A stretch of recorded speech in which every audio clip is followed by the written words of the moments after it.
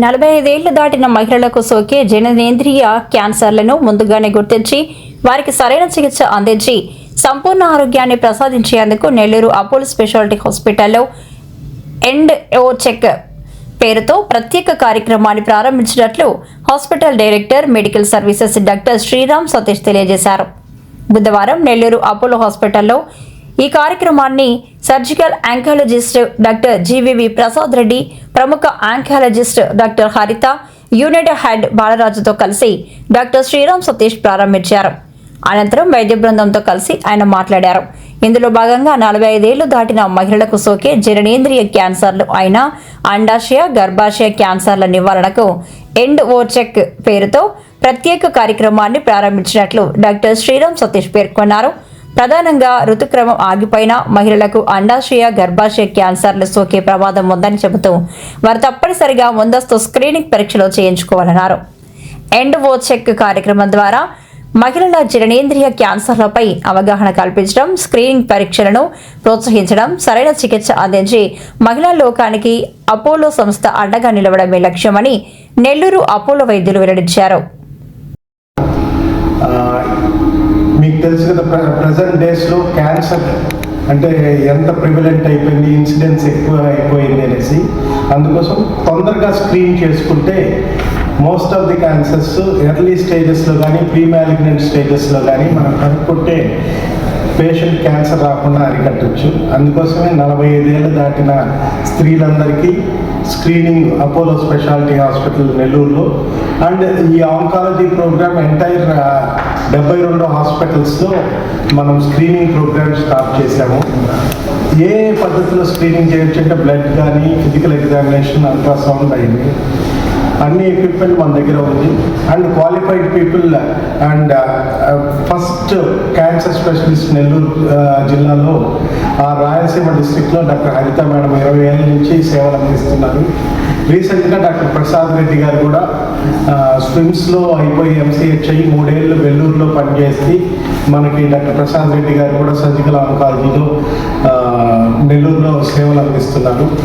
Team doctor హరిత madam, doctor Prasad గారు ఈ స్క్రీనింగ్ ప్రోగ్రామ్ని ముందుకు తీసుకుపోయి హై రిస్క్ పేషెంట్స్ అందరినీ తొందరగానే కనుక్కొని వాళ్ళకి తగినన్ని జాగ్రత్తలు లైక్ ప్రికాషన్స్ వాళ్ళు ఏమేమి తీసుకోవాలి, ఎర్లీ ట్రీట్మెంటు, పేషెంట్స్ లాంగివిటీ పెంచేదానికి ఇద్దరు బాగా కృషి చేస్తారని ఈ అవకాశాన్ని నెల్లూరు ప్రజలు, రాయలసీమ ప్రజలు ఉపయోగించుకొని ఈ ఎర్లీ స్క్రీనింగ్లో అందరూ పాల్గొంచుకుంటారని కోరుకుంటూ సెలవు తీసుకుంటున్నాను. నేను డాక్టర్ హరిత, నేను మెడికల్ ఆంకాలజిస్ట్ అపోలో హాస్పిటల్లో వర్క్ చేస్తున్నాను. ఈరోజు అపోలో హాస్పిటల్ పాన్ ఇండియా గ్రూప్లో ఎండో చెక్ అనే ప్రోగ్రామ్ లాంచ్ చేస్తారు. This is a part of preventive oncology అంటాము. అంటే క్యాన్సర్ రాకముందే మనం ఏం జాగ్రత్తలు తీసుకోవాలి, ఒకవేళ క్యాన్సర్ లక్షణాలు ఏదైనా డౌట్ ఉంది అని మనకు అనిపిస్తే ఎర్లీగా దాన్ని డిటెక్ట్ చేసుకొని అర్లీ స్టేజ్లో మనం ట్రీట్మెంట్ ఇస్తే కంప్లీట్గా క్యూర్ అయ్యే ఛాన్సెస్ ఉన్నాయి. కాబట్టి ఎర్లీ డిటెక్షన్ అండ్ ప్రివెన్షన్ కోసం ఈ ప్రోగ్రామ్ లాంచ్ చేయడం జరిగింది. సో ఇండియాలో as any other country in the world cancer incidence అనేది గ్రాడ్యువల్గా పెరుగుతోంది.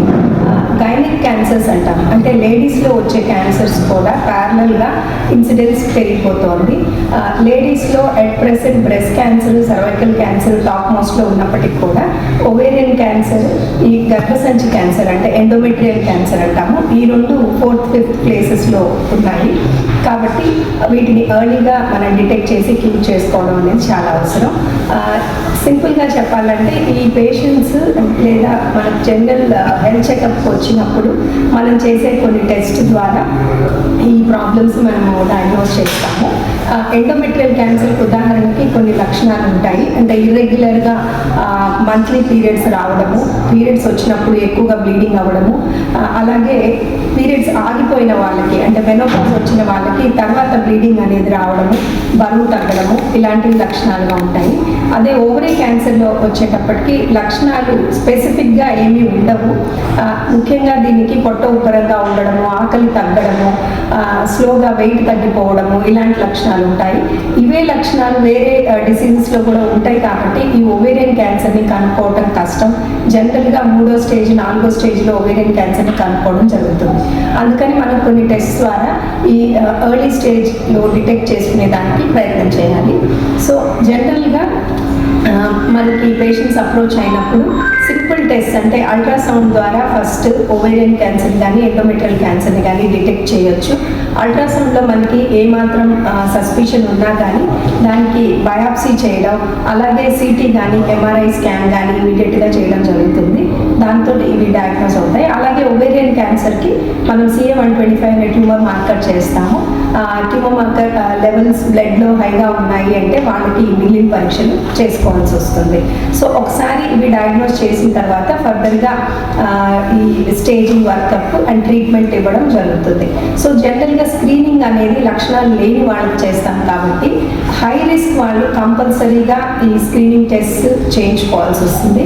సో ఈ హై రిస్క్ పాపులేషన్ ఎవరు అంటే ఏజ్ ఇట్ సెల్ఫ్ అంటే మనకి 45 years క్రాస్ అయిన తర్వాత ovarian and endometrial cancer risk అనేది పెరుగుతుంది. సో ఏజ్ పెరిగే కొద్దీ మనం ఈ జబ్బుల గురించి ముందస్తుగా టెస్టులు చేసుకోవాలి. ప్రాబ్లం ఉండేవాళ్ళు ఎక్కువ మంది, ఒబీస్గా ఉండేవాళ్ళు అంటే బరువు ఎక్కువ స్థూలకాయం ఉన్నవాళ్ళు వాళ్ళకి ఎక్కువ రిస్క్గా ఉంటుంది. అదేవిధంగా ఫ్యామిలీలో ఎవరికైనా ఓవేరియన్ క్యాన్సర్ కానీ బ్రెస్ట్ క్యాన్సర్ కానీ పెద్ద పేగు క్యాన్సర్ కానీ డిటెక్ట్ అయి ఉంటే వాళ్ళకి ఒక పర్టికులర్ జెనెటిక్ సిండ్రోమ్ ఉంటుంది, లించ్ సిండ్రోమ్ అంటాము. ఇలాంటివి ఫ్యామిలీస్లో ఉన్నప్పుడు వాళ్ళు ఖచ్చితంగా ఎర్లీ ఏజ్లో అంటే ఈ లించ్ సిండ్రోమ్ అనేది సస్పెక్ట్ చేసినప్పుడు 25 సంవత్సరాల వయసు నుంచే మనం స్క్రీనింగ్ టెస్ట్ చేసుకోవాల్సి ఉంటుంది. అదేవిధంగా BRCA1 అండ్ BRCA2 సిండ్రోమ్ అంటాము. అది కొన్ని జెనెటిక్ మ్యూటేషన్స్ మన ఫ్యామిలీస్లో ఉన్నప్పుడు ఈ పేషెంట్స్కి ఓవేరియన్ క్యాన్సర్ వచ్చే రిస్క్ 40%. అంటే 100కి 40 మందికి వాళ్ళ ఓవేరియన్ క్యాన్సర్కి వచ్చే అవకాశం ఉంటుంది. వీళ్ళు ఖచ్చితంగా స్క్రీనింగ్ టెస్ట్ చేసుకోవాలి. అలాగే బ్రెస్ట్ క్యాన్సర్తో ట్రీట్మెంట్ తీసుకున్న పేషెంట్స్ కొంతమంది టెమాక్సిఫెన్ అనే మెడిసిన్ వాడుతూ ఉంటారు. ఈ మెడిసిన్ వల్ల కూడా కొంతమందికి ఎండోమెట్రియల్ హైపర్ప్లేసియా, ఎండోమెట్రియల్ క్యాన్సర్ వచ్చే రిస్క్ ఉంటుంది. కాబట్టి వాళ్ళకు కూడా ఎవ్రీ 6 months అల్ట్రాసౌండ్ చేసి ఆ గర్భసంచిలో ఆ పొర మందం ఎంత ఉంది అనేది డాక్టర్స్ స్క్రీనింగ్లో చెక్ చేస్తుంటారు. అలా మనకి ఏమాత్రం డౌట్ వచ్చినా కూడా వెంటనే ఎండోమెట్రియల్ బయాప్సీ చేయాల్సి ఉంటుంది. సో ఈ హై రిస్క్ గ్రూప్స్కి ఖచ్చితంగా స్క్రీనింగ్ అనేది అవసరం. అలా కాకుండా జనరల్ పాపులేషన్లో 45 years దాటిన ప్రతి ఒక్క లేడీ కూడా ఈ సింపుల్ స్క్రీనింగ్ టెస్ట్ అనేది చేసుకోవాలి. దాని ద్వారా మనం ఎర్లీగా డిటెక్ట్ చేయవచ్చు. సో ఎర్లీ డిటెక్షన్లో మనం ఎర్లీ స్టేజ్లో డిటెక్ట్ చేసినప్పుడు సర్జరీ అనేది ప్రైమరీ ట్రీట్మెంట్. సో దీనికి ఏ విధంగా సర్జరీ చేస్తారు, సర్జరీ అయిన తర్వాత ఈ కీమోథెరపీ కానీ, అదే లేట్ స్టేజ్లో డయాగ్నోస్ చేసినప్పుడు ఇమ్యూనోథెరపీ ఇవ్వడం కానీ జరుగుతుంది. వాటి గురించి డాక్టర్ ప్రసాద్ గారు మీకు. Doctor Prasad Reddy, consultant surgical oncologist at Apollo speciality hospitals Nellore. ఈరోజు అపోలో క్యాన్సర్ సెంటర్స్లో ఎండ్-ఓ-చెక్ అనే స్క్రీనింగ్ ప్రోగ్రామ్ ఇనిషియేట్ చేశారు. యూజువల్లీ ఎండ్-ఓ అంటే ఎండ్ అంటే ఎండోమెట్రియం, ఓ అంటే ఓవరీ. ఆల్రెడీ మేడం ఎక్స్ప్లెయిన్ చేసినట్టు అట్లీస్ట్ ఎండోమెట్రియం క్యాన్సర్ కన్నా బ్లీడింగ్, వాళ్ళకు హెవీ మెన్స్ట్రల్ బ్లీడింగ్ అయినప్పుడు మనకు ఈజీగా సింటమ్స్ అంటే ఫస్ట్ స్టేజ్లో ఐడెంటిఫై చేసడానికి ఛాన్సెస్ ఉంటాయి. బట్ ఓవరీ క్యాన్సర్లో వచ్చేసేసి యూజువల్లీ 75% మెంబర్స్కి 3rd స్టేజ్ కానీ 4th స్టేజ్ కానీ ఐడెంటిఫై చేసేదానికి ఉంటుంది.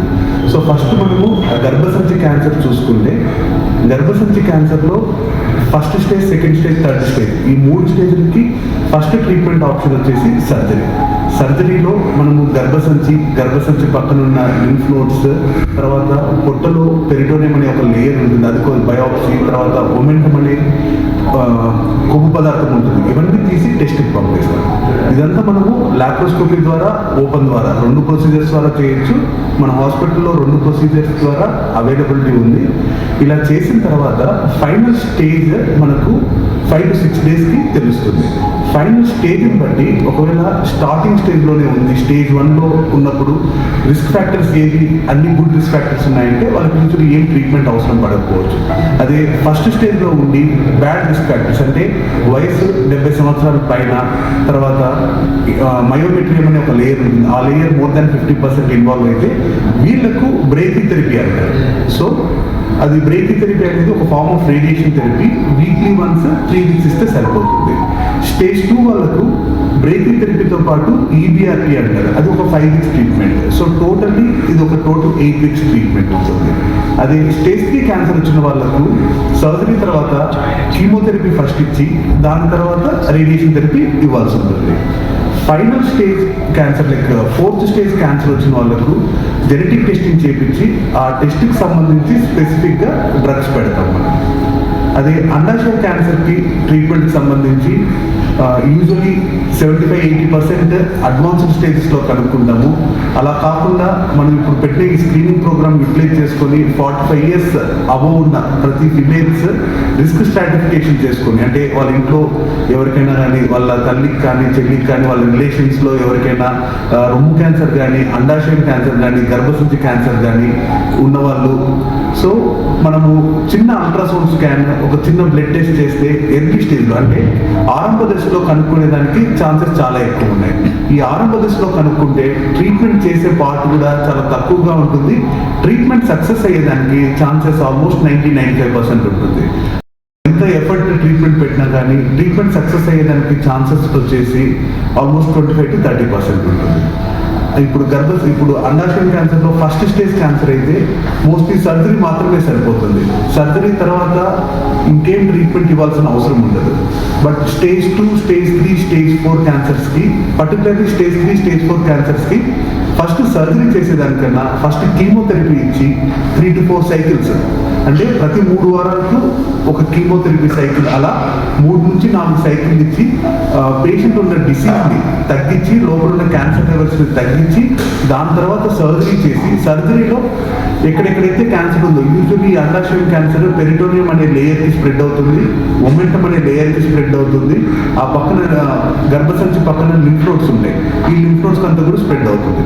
సో బెటర్ ఏంటంటే సర్జరీ చేసేటప్పుడు గర్భసంచి, లింఫ్ నోడ్స్, ఒమెంటం, పెరిటోనియం ఇవన్నీ తీసేసి తర్వాత పేషెంట్ జనరల్ కండిషన్ బాగున్నట్టయితే ఆపరేషన్ టైంలోనే వాళ్ళకు కీమోథెరపీ ఇచ్చే సదుపాయం సౌలభ్యం కూడా ఉంది. ఇలా కీమోథెరపీ తీసుకున్న వాళ్ళకు డిసీజ్ తిరిగి వచ్చే తక్కువ అవుతాయి. సో సర్జరీ అంతా అయిపోయిన తర్వాత తిరిగి 2 నుంచి 3 cycles కీమోథెరపీ తీసుకోవాల్సి ఉంటుంది. సో ట్రీట్మెంట్ అయిపోయిన పేషెంట్స్ ప్రతి ఒక్క పేషెంట్స్ క్యాన్సర్ మళ్ళీ తిరిగి రాదు అనేది ఉండదండి. సో వీళ్ళు ప్రతి 3 నెలలకు రెగ్యులర్గా ఫాలోఅప్లో ఉండాలి. ఈ అండాశయ క్యాన్సర్ పేషెంట్స్ అయితే ప్రతి 3 నెలలకు CA-125 అనే బ్లడ్ టెస్ట్ చేయించుకుంటూ ఉండాలి. గర్భసంచి క్యాన్సర్ ఉన్న పేషెంట్స్ మాత్రము రెగ్యులర్గా వాళ్ళకి ఏం కంప్లైంట్స్ లేకపోతే జస్ట్ క్లినికల్ ఎగ్జామినేషన్ సరిపోతుంది. సంవత్సరానికి ఒకసారి ఒక అల్ట్రాసౌండ్ స్కాన్, ఒక ప్యాప్ స్మియర్ టెస్ట్ చేపిస్తాం.